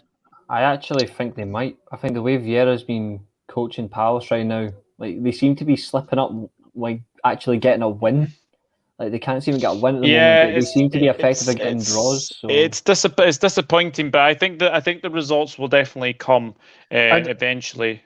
I'm in agreement because I think the lack of just that wee bit of issues at the back is just inexperience. It's an inexperienced backline for Palace this year. They don't have much Premier League experience. They're still trying to find their feet. I think just as the season goes on, they'll see how those results out. But it is a very young back and they have now. It'll come to grips very soon. This is why they need to find some way of investment in January. Even if they can bring in like an experienced centre back, like just to lead their line, maybe it would be quite good. I don't think they necessarily have enough experience in there, but Vieira's doing well. Yeah, absolutely. Sorry, I don't know what class of steroids Vieira has been putting in Benteke's cornflakes this season, but he's actually doing really well this season. The end is nigh. All I want in my life is for Klopp to rest Mane when Liverpool face my Palace. Sadio Mane is still giving me nightmares. Can someone have a word, please? Yeah, I actually don't think he will be there for the Palace game in January. I think Diego. I think he's away to the African Cup of Nations. Nathan, Brentford 1, Leicester 2. I think the best goal of this game though was Yuri Tillemans. What a strike! Absolute wonder goal. But yeah, what can I say? Leicester really starting to find their feet now this season. I thought they did get off to a pretty slow start, but started to find it against a really tough Brentford side, and Brentford just lacked a tiny bit of quality, which is just sort of a shame for them. But either way, you can still see the quality in their performances anyway. They're still up for every single game. Yes, they should be disappointed slightly with the Leicester game, but at the same time, they should be proud as well. Because if they keep pushing on and playing like that, they're going to catch out a lot of teams. And if I'm honest, they're going to be in the top 10 this season by far, maybe even pushing for Europe. Something that I think Leicester fans have been wanting for a long time, Reece, is the distribution of Kasper Schmeichel to be a lot quicker. That second goal yesterday is why we all know Leicester City can be a very good side. Yeah. Mm-hmm. Like I went on record at the start of the season. I was quite bullish that Leicester, since the start of the season, quote unquote, were one of the worst sides in the league. They were average. Like I just generally didn't think they were good enough, and I thought, great. Like finally the hype's caught up to them, but I knew as the season would go on they would get better, but they need things to change. And it has changed, and I think Schmeichel's a fantastic goalkeeper. They have got a good side. It's just simply put, like they just weren't clicking, and it was and the performances were below average. And you can see why people were overhyping them a bit, but I never did. I thought they were a good side, but I can see why there was a hype there, like a hype factor. They're a good side though. But yeah, and the distribution was important, and he's a good goalkeeper. He's enough to it. It's safe to say as well, Patson Daka has arrived on the scene. 4 goals against Spartak Moscow. I suppose you could say Yaka, Daka, do. Yeah, your jokes are bad. But I said this in our group chat the other day. I was like, why is Daka not playing? Like, honest to God, like why is he not playing? Because he's a fantastic player, and now he's finally settled. It's great for him, and hopefully he pushes on, because what he's got in terms of competing with him, in terms of competing with Vardy, competing with Iñárritu, 3 decent strikers there, and it won't work. So I think, in all honesty, I think there's a good little trio there. Obviously, Vardy just... The only annoying thing for Daka is he's 21, but Vardy just doesn't stop scoring. So you have to wait. He has to persist. But when he has played, though, when he's had his chances, at least he's taken them now. And He could force Vardy at the team if he's consistent, but then again, Vardy's quality just depends on what Rodgers goes with. It's a good headache for any manager to have is competition up front. Very good competition. Yeah. Yes, my first dad joke of the day. Yeah, absolutely. George, last game that we're going to speak about, and then obviously we will give Nathan the floor about Cardiff City. West Ham 1, Tottenham 0. It's safe to say not much in this game, but Antonio does what Antonio does best. Yeah, it was. As you said, not much in it. I think both teams were guilty of missing some real glaring opportunities. I think obviously Harry Kane as well. You know, he's definitely. It's almost, for me, it almost feels like, and I'd be tentative to say this though, because he has been very prolific over the years, but it almost feels like he's starting to decline quite considerably. And this might not just be a case of the fact that he doesn't want to be at Spurs. It might just be a general decline of the player. Because obviously it was a great save by Fabianski from the header, but it was quite uncharacteristic of Kane. It just seems like that sort of unerring finishing that he has displayed previously seems to have gone missing a bit. And like I said, it may well just be the fact that obviously every striker does go through these bad patches, and it also might be the fact that he doesn't really want to be there. But I do feel like for me it could just be the first inklings of a decline for Harry Kane, because as we know with him, he's been very injury prone over his career, and when those do catch up to you, sometimes you don't have that prolonged career that you think you do. By contrast, obviously we're just talking briefly, is obviously with Jamie Vardy, he's sort of the opposite of that, where it's almost like as he grows older, it's like almost like a Benjamin Button that somehow just defies the age of in those regards. But yeah, Spurs were guilty. Obviously Son missed quite a good chance as well, but I don't really criticise Son too much because he's a wonderful player. I really do rate him. But yeah, a fantastic goal for Antonio, in the right place at the right time, and a really real striker's goal. And then also, obviously, I'm not quite sure what the celebration was about. I'm not sure if he was trying to sort of channel Neo or something from the Matrix. That was what it was about. Yeah, he got asked that. It's a Matrix celebration. Yeah. George, just to your point about Harry Kane, when talking about that Antonio goal, I don't know what Harry Kane attempted to defend the was on Antonio. Yeah. Like that was, I know he's a striker. Oh my gee, like what was he? It was the worst. It's a striker defending a striker, isn't it? It's not the best. Does anyone want to answer this question? Just remember what I said in the summer. I said Harry Kane was not world class. Just remember I said that, and I'm not wrong. Is Brendan Rodgers the best current British coach? The best British coaches right now is Brendan Rodgers is number 1, David Moyes is number 2. I think beneath that, I think the third best. I'm going to make me sick, but I have to say it. The third best British coach right now, I'd probably have to say, is Steven Gerrard. I agree. I think you're absolutely right. Brendan Rodgers right now is the best British manager. He's such Bell. Right. Now we will give Mr. Morgan the floor. Cardiff have sacked Mick McCarthy. Now, I'm going to have to do this, but the floor is yours. Yes. Right. Where on earth do I start with this one? Honestly, what I'm going to do is I'm going to keep it short because there's a lot of issues with the club, and not only off the pitch, but on the pitch as well. But first of all, happened way too late for us. Should have happened straight after that Swansea match. In fact, I don't even think he should be in charge of the Swansea match. And any manager that gives us 8 losses in a row, which is, by the way, our worst in the club's history, that's absolutely disgraceful, in my opinion. The way he has been treating the fans as well, I think, has been pretty poor. The team lineup's been shocking as well. Players, some of the performances on the weekend was one of the worst I've seen, to add insult to injury as well. A lot of the players are disgustingly out of form as well. Some not fit to wear the shirt, even, as I've said many times.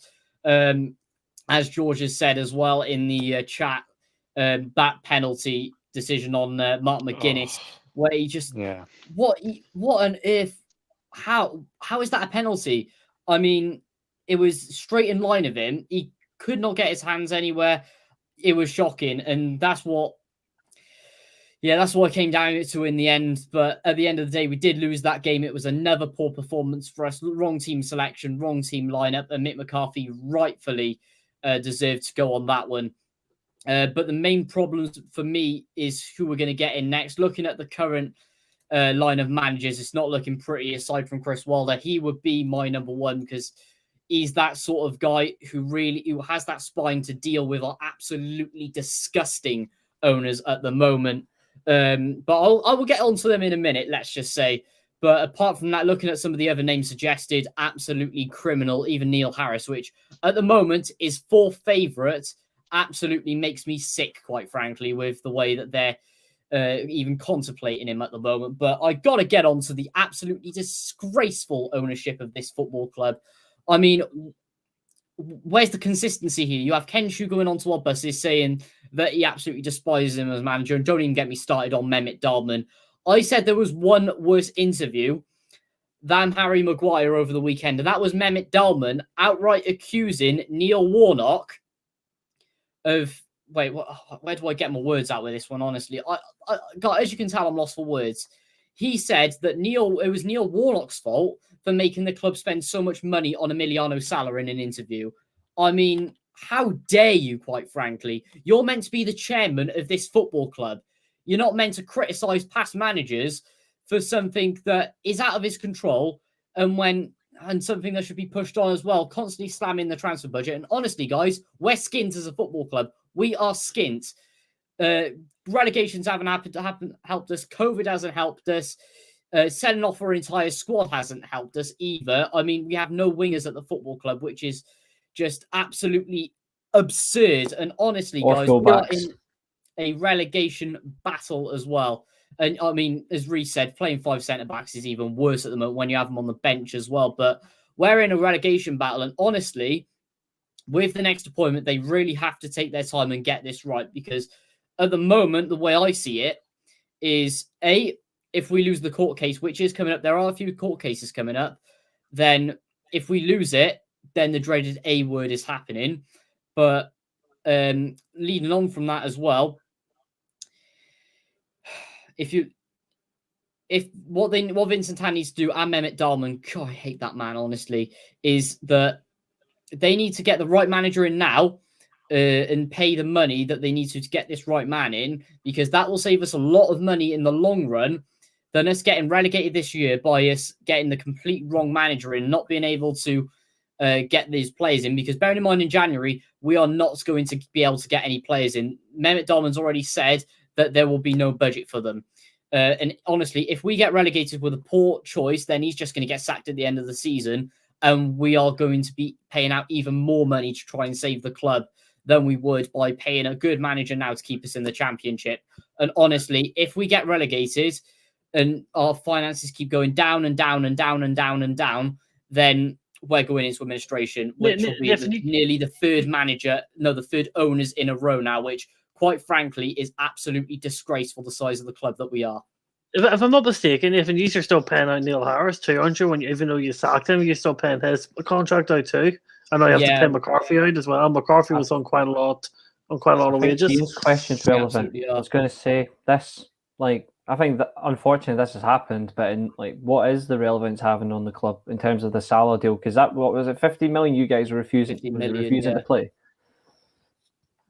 because the owners are just not paying it. And quite frankly, which I thought was the most disgusting, was Mehmet Dalman accusing Warnock of being too pushy to try and get through the deal and being too stubborn because he wanted a striker in and he made them pay the 15 million, which I think is absolutely disgraceful because they should be backing the man instead of not being tight as they always are and just refusing to spend money.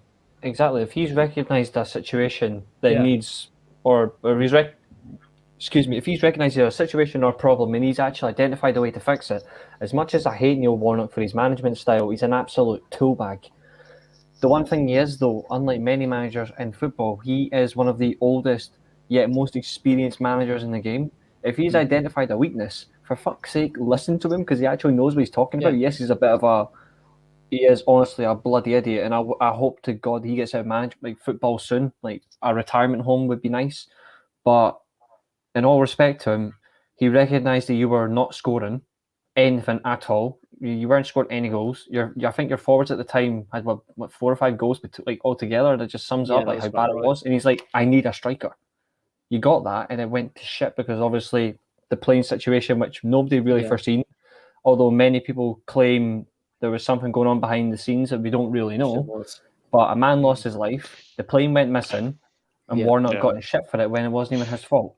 Absolutely. I have to say, and one thing I will, sorry to interrupt, Doug, but one thing I will add on is this is why, once again, I'll allude to that this appointment is, I'd say this is one of the biggest appointments in the club's history, because you can absolutely make the club or you can absolutely break it into pieces and head towards another bankruptcy, which we've already seen twice in this century as well by two different owners, may I add. Vincent Tan is not even one of them, which makes me crazy. Like maybe Mike Ashley becomes your new owner. Who knows? We need an owner with a spine. I mean, not an owner with a spine, a manager with a spine. George, you want to come in because you actually brought up a very, very good point. The penalty decision that Middlesbrough got, I thought, was ridiculous. Yeah. Yeah, 100%. I think, it just sort of sometimes when things are going bad for you, though, it just seems like everything goes against you. So it's one of those things where it's just, it seems even worse than it was. But I mean, ultimately, there is literally, unless he'd sawn off his own arms, there's no way he can get out of the way, especially when the ball's struck that hard. It's a crazy decision, but ultimately, like I said, when things are going badly for you, those sort of things just go against you as well. It just seems to be how it goes. But I think overall, again with Cardiff, it just seemed like the players. I mean, it can only be the case.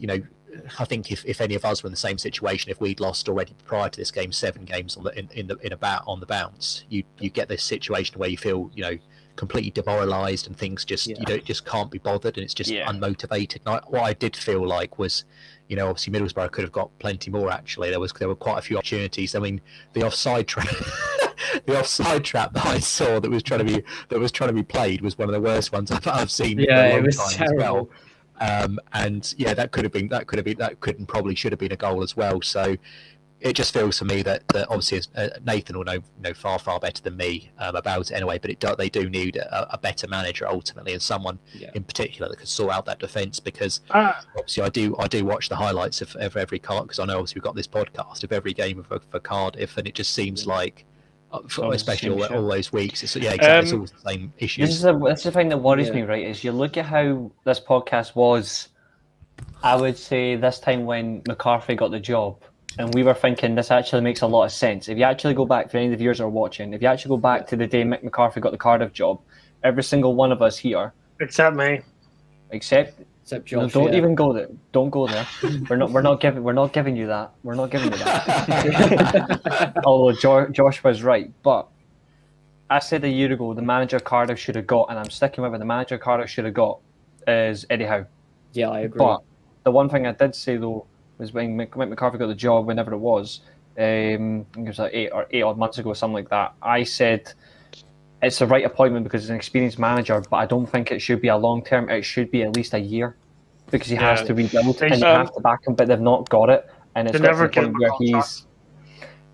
I think you could have used him as a short term, just a stable thing. That's what I said. I stabled the ship, but it went horribly wrong. Yeah, that's why I wanted him out originally as well, because the only reason he got that second contract was because Celtic were trying to poach him. But yeah, I said it in the end, but it was till the end of the season to clean it up, and then we need to take a new approach as the manager. Because if you look at the squad we had in January, moving onwards, we had one of the best squads in the Championship by far. No one could argue with us with that. Look at it now, with the way it's been thinned down and everything, the way that McCarthy's sort of ruined it. We now have the worst squad in the Championship. I have to ask this though, because I'm literally looking at Nathan's Twitter, and this came up and said it. Exclusively, we understand Rob Page is on Cardiff City's radar as a potential replacement for McCarthy. More here, and Nathan has gone, "Don't you dare!" Yeah, please, the gods, please, gods, devils, and angels, give us Rob Page to Cardiff so Nathan can have a meltdown. Honestly, with the way he's been playing for Wales, I don't even know what he'd be able to do with this squad at all. With lots of fans want him out as well, lots of passionate Wales fans too, but. At the end of the day, it comes down to the spine of the squad. But this is it's not the most toxic I've seen it at the moment, but it is very, very toxic at the moment. You have people boycotting.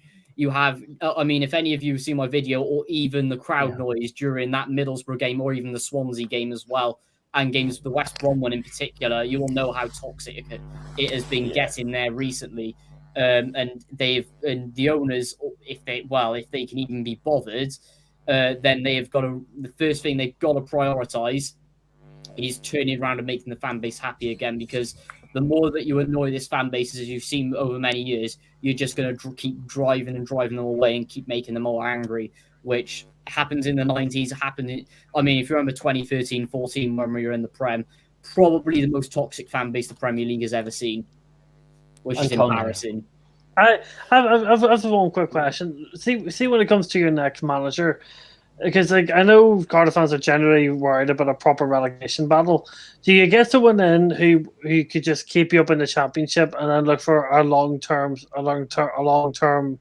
manager for next year, or do you start trying to forge an identity now mid-season in the Championship and take that risk that getting someone in who may play more attacking, more progressive, could end up being a risk in terms, because there isn't much time in the Championship to train your squad up to be able to do that? Did Cardiff go to the short term until the summer, or did they take the risk for the long run?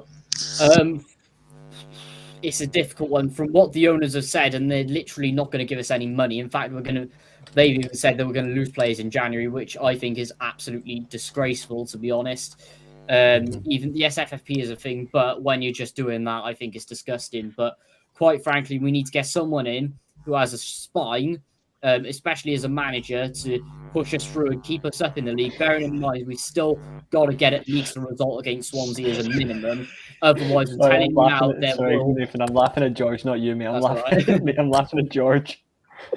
Honestly, because we have to get a result at Swansea. There is no question about it. Otherwise, there will be riots. I will tell you that now. Ali, Nathan is going to blow your head off.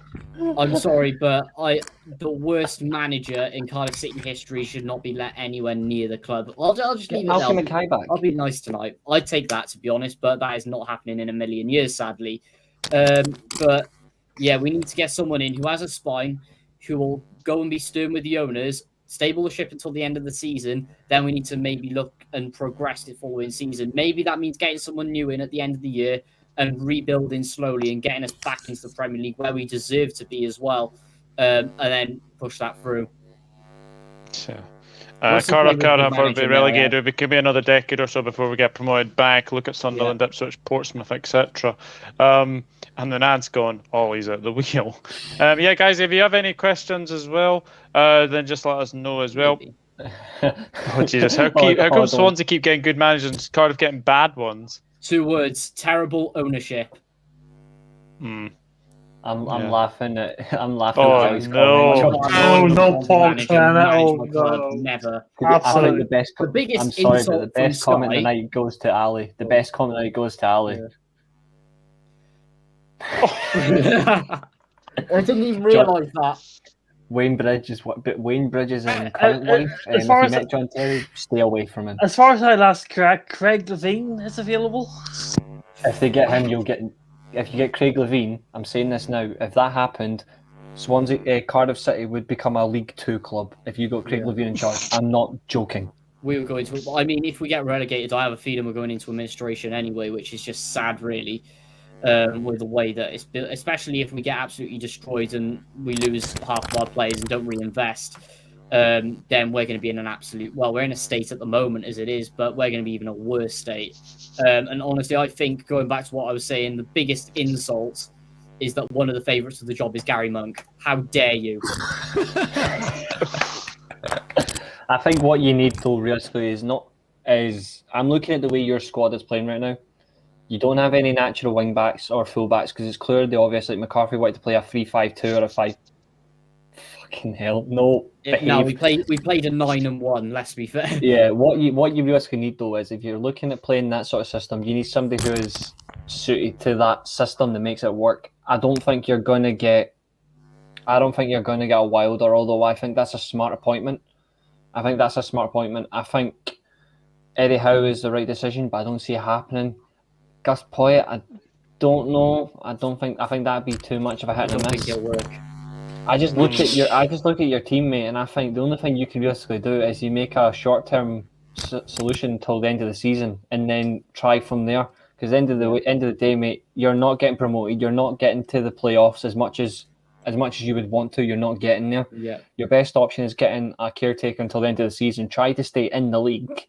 Work on the situations off the field.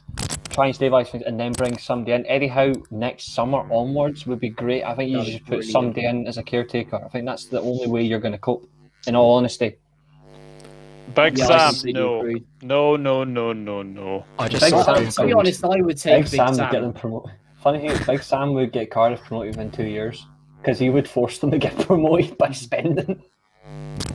Sol Campbell. He is up there with one of the favourites. What are the odds he's on at the moment? I think he's about 20-1. So it could potentially Sol Campbell's happen, actually a decent coach. Sol Campbell's a I decent don't coach. What he did, I know he got sacked. I know he got sacked, but he's still a decent job. Bilic, I don't honestly think you're gonna. His style of football, he needs money. I don't think Slaven Bilic. Just ask where Slaven Bilic is at the moment. I don't he's think at Beijing Goan. Beijing Goan. He's in China still. Right. Mm-hmm. What a seller. I've got the absolute perfect one. You ready for this? Lucky Lau. What did you just say? Yuckum Love. Kick him off this. I'm not having a world champion disgrace like that. Dear. I don't think. Oh, I don't. Yo, Nathan. Nathan, sorry. I think I got the perfect one. Frank de Boer. He'll get you promoted. Oh. Josh, I don't think you should be naming Josh after the howlers you've had lately about managers. I don't think you should be discussing any because you still are worse than Nathan. Yeah, I'm going to find every way I can to mug you for that because that's what mates do. I think I look at Cardiff, right? I think Wilder's a great option. I think the way he plays football, it would be great for Cardiff in all respect. Yeah. But right now, unless you wait till January and you do it then when realistically you can see if they spend, I don't know. But I think your best option is a caretaker. I think Frank de Boer, the Boer. Yeah, because from what we've heard from the owners anyway at the moment is that they're going to put Steve Morrison in charge for the next 3 games and see how that goes while they actually take time this time to appoint a replacement because remember when McCarthy was appointed in, I think it was January? Yeah. Mm-hmm. He was appointed 18 hours after Neil Harris got sacked. Says it all. That's right. Yeah, there was no thought process. It was just straight in and that was it. It didn't work in the end, and that just sums up how bad it is. Like this is where clubs there's bringing a manager, and then there's making a signing. You can make a risky signing on say transfer deadline day. Like a transfer deadline day, you can make a risky signing. Like fair enough. But a risky managerial choice within 18 hours of sacking the current manager isn't the best option. You've got to plan it. Cardiff really need to think because if they do not get this right, I've already seen in the group chat what you sent us earlier that you got sent from the trust things and all that. You showed us that. If nothing goes right this time, not only are you fucked, you are farked, as we alluded earlier on. Like you really do need to get this right and. I think Wilder and Howe are the best 2 options out there. I think you need a caretaker right now. It's the most important appointment in the club's history. That's West Ham, mate. That's West Ham. Everyone just can't hold anything. Brilliant. Shane, to answer your question, I think Fonseca, yeah. As long as they don't get a good manager, they just get a shit manager. I'm happy. Yeah. Why does this have Brucey written all over it? Ooh. He's retired, doesn't he? Has he not decided to retire? I would take Bruce actually at the moment. Joe Kinnear has Alzheimer's, but he suits. Oh yeah, I did hear about Joe Kinnear. That's very, very sad. That is very, very sad about that. I think Bruce has retired though, because obviously the abuse he was getting by Newcastle fans. They actually think they're a big club. They're not. I mean, 1 goal in 6 games, entitled hypocrites, and minus 27 goal difference says it all. Quite frankly, just get in. You need something though, mate. I just think if you're going to get a Wilder or an Eddie Howe, you either wait till you put somebody in now just to stabilise it till January, and then try then. At least they have the second half of the season then onwards, or you just put a caretaker until the end of the season. This is a situation you cannot rush. You get this wrong, there's no coming back from this. With all due respect to Cardiff, unless you get a new owner that'll actually will to invest. Yeah. You could get Alan Pardew though. No, absolutely not. I will literally go into his office and drag him out. I've seen so many. I would pay to see that. Ooh, so many. Some breaking news from the Bundesliga. Erling Haaland has torn a muscle in his hip flexor and could be out until early 2022. Ooh. So that affects Dortmund and it also affects Norway. So big news of Dortmund are not coming second in the Bundesliga, lads. We got this.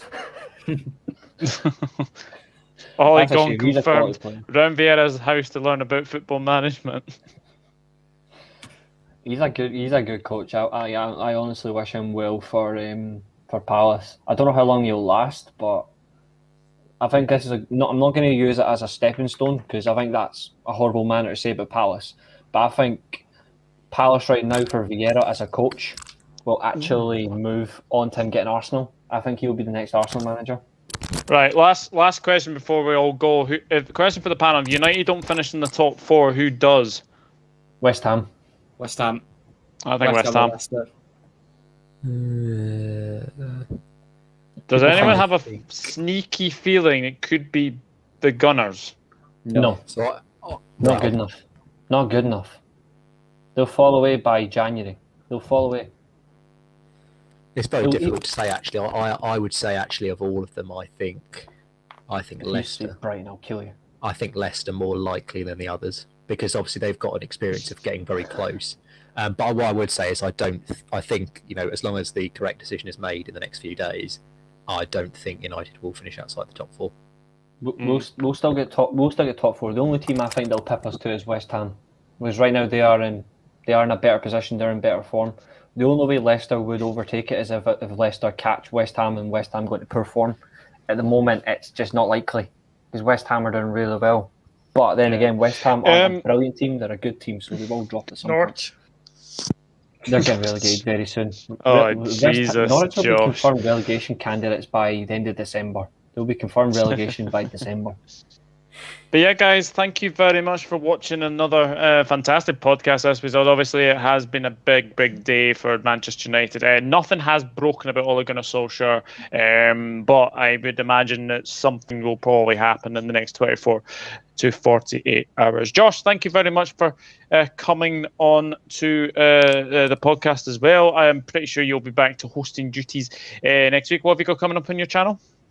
I've got a video coming out on Wednesday. I recorded it today. I was doing a bit of editing, and then I'm finishing the editing off tomorrow. So no, I'm not going to. Oh, for fuck's sake! I'm not going to say what it is. I'm going to keep it as a surprise. But there's a video out on Wednesday. A video that means a lot to me, and that's as far as I'm going to go. So keep it on my Twitter for all that, and that's as much as I'm going to say about it because I don't go into too much detail about it. Yeah, Nathan, thank you as always. What have you coming up on your channel? Yeah, thanks for having me on as usual, Doug. And if you want to see some more absolutely miserable and toxic vlogs, then yeah, links to the channel's in the description below. Unless you get entertainment from this like Andrew does, so yeah, that's it really. Reese, obviously I know you've not been very well. You have taken a bit of a back step from podcasts, haven't you? Just a wee bit. I actually did have a podcast the other day. I spoke to a former Man United player at the weekend, which was great. I had that former Man United Youth Academy player. Like I think George might let us when I was speaking to Phil Marsh on the other day. So that's horrible. Yeah, was it Friday night? Friday night. I was speaking to Phil Marsh. He used to play for Man United, so that was great. Oh, nice. Yeah, so I done that. On the weekly armchair, and then it's manner just that. I'm only going to do maybe one or two shows, like maybe a day, but right now it's just the one. I'm not 100% yet, but I'm getting there. I mean, obviously I wouldn't miss this show. Even if I was on my deathbed, I'd still be here. Even if I was in hospital, I'd still be here. Obviously, but I'd wear a face mask, or I would just wear a mask with Josh's face on it. Yeah. But in all honesty, it's just that, and obviously me and Josh have got. I think this week got our predictions because we didn't do it last week. We weren't able to. That is very true. George, thank you very much. I think the only sad thing is there's going to be no more Ollie rants from you. well, never Be in say charge. They'll be never in charge say- with Spurs. Exactly. I'll never say never, because to be honest with you, it's gone relatively. I know it is obviously late on now in the day, but it has gone relatively quiet now on Ollie. So there's potential that he could be still in charge for at least another match or so. But yeah, thank you very much for having me as always, and been a really great show. And thank you very much as always to all the watchers. And do remember to like, share, and subscribe. Yeah, absolutely. Before we get any more bad, terrible jokes, that is a shocking joke. If Steve Bruce is available, I don't care how old he is. He's a better option than Harry Maguire. I'm not arguing glad, that is so glad true. McCarthy's gone. Yeah, absolutely as well. Well, thank you very much for watching. We will be back with you guys next week, and I'm pretty sure we will have more things to discuss in the mad world.